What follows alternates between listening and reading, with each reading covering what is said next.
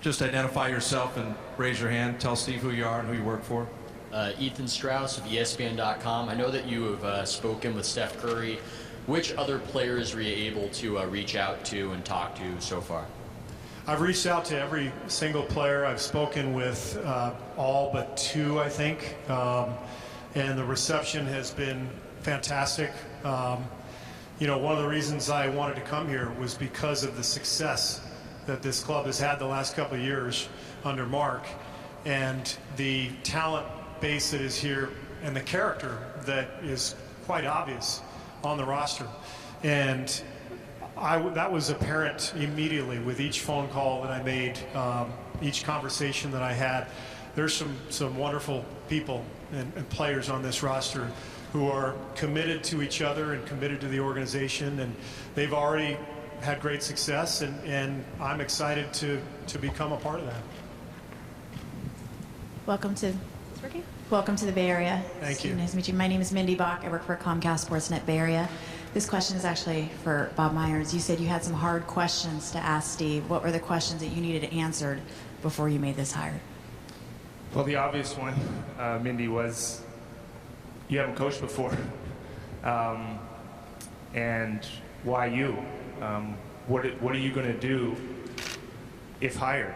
And that was the ultimate question. And there was some skepticism, healthy skepticism to that question. But when we were on the plane to see Steve, I think we all agreed, Joe, myself, Travis, and Kirk, what do we need to know? And that was the question that rose up the most. Why you? And how are you going to overcome the lack of coaching experience? But the best thing I think I heard in that response, Mindy, was he didn't run from that. Steve said, I haven't coached before. I'm well aware of that. But I'm going to work hard and surround myself with people that can help me get better. And each and every day, I'm going to become a little bit better than the day before as a coach in this league. And we believe that. And for us, it was the right answer. It was confidence combined with humility. And we love that combination of Steve. Hi, Steve. Rob Gloucester with Bloomberg News.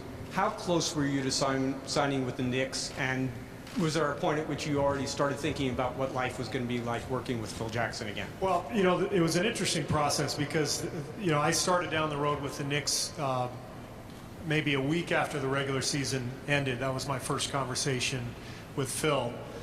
And I spoke with the Warriors approximately 2 weeks later, maybe 2.5 weeks at the most.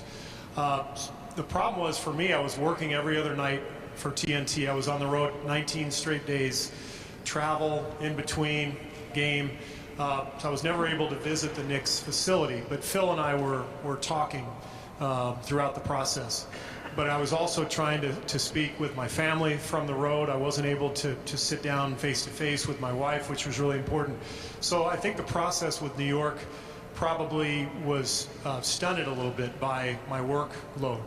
But really, you know, there's kind of a feeling out process in every situation.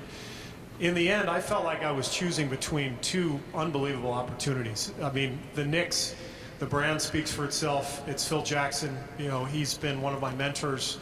The thought of having him guide me through my young coaching career was enticing. There were a lot of great things about the Knicks, and he laid out a great plan. I talked to Steve Mills, several people in the organization. I'm convinced Phil is going to make it work in New York. But when I sat down with the Warriors, it just clicked on a lot of fronts. I think it's a better fit for me.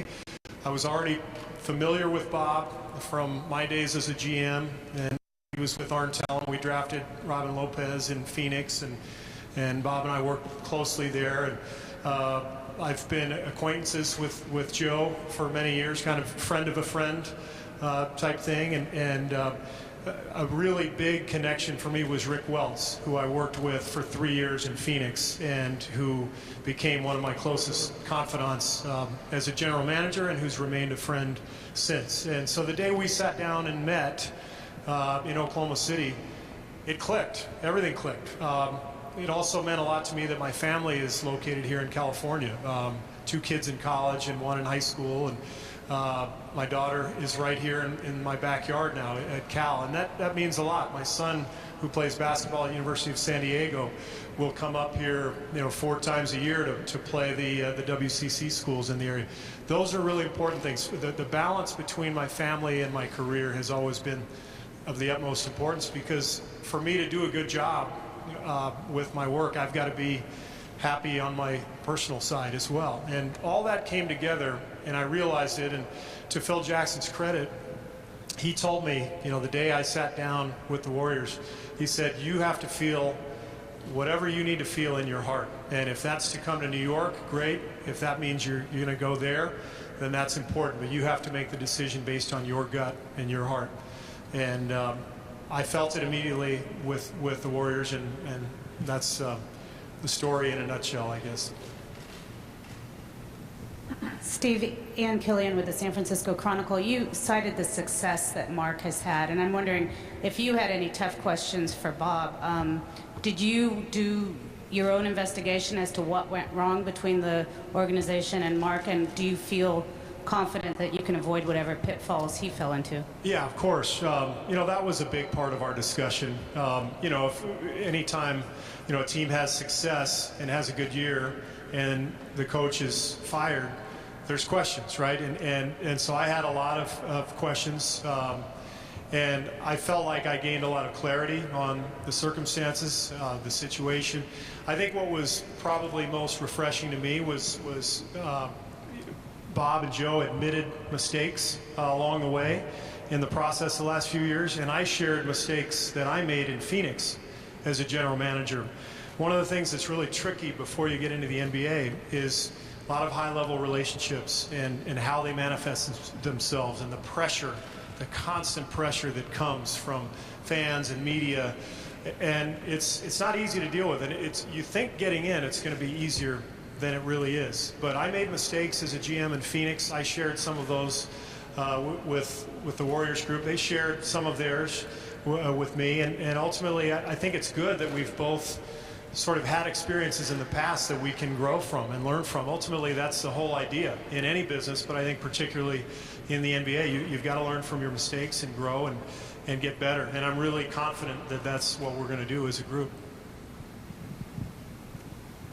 Hi, Steve. Gerard Moncure, NBC Bay Area and Comcast Sportsnet Bay Area. And I was just curious, during your tenure as the GM with Phoenix, when you're sitting there watching games in the stands, how often in the fourth quarter, maybe crunch time situations, did you find yourself going, if I were on the sideline right now, this is what I would run? That type of thing. It's a good question. I found myself doing that much more so in my broadcasting seat. When you're a GM, and Bob can probably attest to this, you're worried about everything.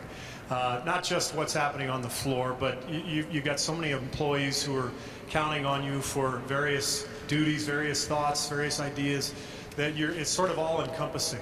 One of the things that attracted me to coaching was that I felt more strongly about what was happening on the court than anything else. And as a broadcaster, that's a huge part of the job, is commenting on what's happening and looking ahead in the game. What would you do? What do you anticipate would work in these circumstances?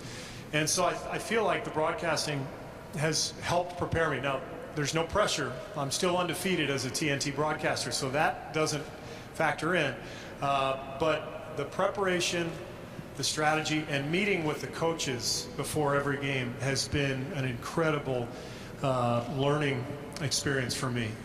We sit down with the coaches for 10 minutes before every game, and I've learned so much from all the great coaches around the league. And I feel like I have a lot of knowledge and tools that I now have to learn how to apply. And I'm ready to do that. And again, there'll be some growing pains and I'll make some mistakes, but I'll work through everything and I'll have a great staff around me to help me do so. Steve, Tim Kawakami, San Jose Mercury News. Mark Jackson said several times recently that this is a championship caliber team. Would you agree with that? And if you don't, where do you see room for improvement? What areas would you like to see improve? Or maybe you just believe it's a championship caliber team. Well, one thing I can tell you, this is a very good team, and that's one of the reasons that I wanted to come here. A lot of people have said to me this past week, do you really want to go to a place with such high expectations? And my first thought is it's better than the opposite. If you can find a job in the NBA where expectations are low and talent is high, let me know and I'll look into that one. It doesn't work that way.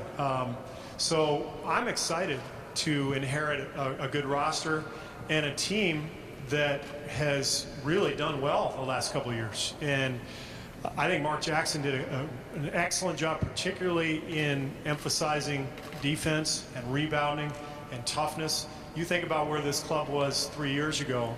The entire identity has changed. And a lot of that has to do with Mark. A lot of it has to do with the roster. A lot of it has to do with the new organization and the new leadership. But I embrace that. As far as, whether this is a championship team, this is a very good team. It was 3 games away from being the 4th seed in the West and hosting home court. It was 3 games away from being out of the playoffs. So we know what we're up against in the West. It's an incredibly deep conference. It's very difficult to succeed in the West. But my view is not next year we've got to win 52 games or we've got to get to the second round. My view is, what are we going to do the next decade? What are we going to do the next 5 years? My goal is to continue this upward trend that the team has already been on and to build on that and to be competitive year in and year out. And we all know how the NBA works. You can get a couple breaks and make a huge run. You can get a couple of injuries and not make the playoffs. And those things are all in play. But as long as we're all aware of that and just constantly working towards getting better, I think we're going to be in great shape. Marcus Thompson, Bay Area News Group. I have a two-parter for you, Steve. One, you care to share some of the mistakes that you guys talked about? And two, what's your voice going to be as far as what players to add and some of the off-season moves?